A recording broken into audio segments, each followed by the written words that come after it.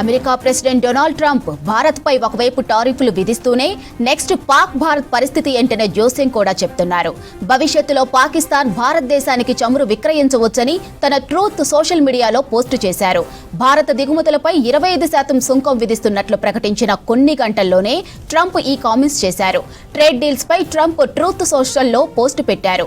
America పాకుల మధ్య ఒక వాణిజ్య ఒప్పందం కుదిరిందని తెలిపారు. ఇక ఈ ఒప్పందంలో భాగంగా పాక్ అమెరికా దేశాలు చమురు నిల్వలను పెంచుకోవడంలో కలిసి పనిచేస్తాయన్నారు. అయితే అందుకోసం ఒక మంచి చమురు కంపెనీని ఎంచుకునే ప్రక్రియలో ఉన్నామన్నారు ట్రంప్. అమెరికా పాకుల మధ్య వాణిజ్య ఒప్పందంతో భవిష్యత్తులో భారత్కు పాక్ చమురు విక్రయించొచ్చన్నారు ట్రంప్. ఇప్పుడు ఈ ట్రంప్ వ్యాఖ్యలు చర్చనీయాంశంగా మారాయి. National air traffic services NATS లో సాంకేతిక సమస్య కారణంగా బ్రిటన్ ఎయిర్ బేస్ మొత్తం మూసివేయాల్సి వచ్చింది. ఈ సమస్య వల్ల బ్రిటన్ నుంచి బయలుదేరే అన్ని విమానాలు నిలిచిపోయాయి. దీంతో విమానాశ్రయాల్లో ప్రయాణికులు తీవ్ర ఇబ్బందులు ఎదుర్కొన్నారు. ఇక NATS ఇంజనీర్లు ఈ సాంకేతిక సమస్యను పరిష్కరించి లండన్ ప్రాంతంలో సాధారణ కార్యకలాపాలను పునరుద్ధరించినట్లు తెలిపారు.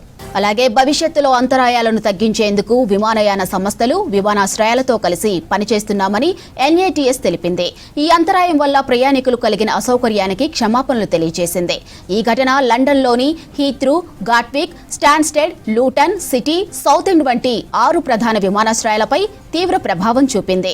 హీత్రూ విమానాశ్రయం ప్రపంచంలో అత్యంత రద్దీగా ఉండే విమానాశ్రయాల్లో 5వ స్థానంలో, యూరప్లో మొదటి స్థానంలో ఉంది.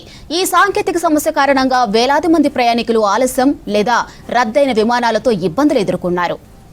గతంలో కూడా NATS సిస్టంలో సాఫ్ట్వేర్ సంబంధిత సమస్యలు తలెత్తాయి. 2023 ఆగస్టులో జరిగిన ఒక సాంకేతిక లోపం వల్ల విమాన షెడ్యూల్ మాన్యువల్గా ప్రాసెస్ చేయాల్సి వచ్చింది.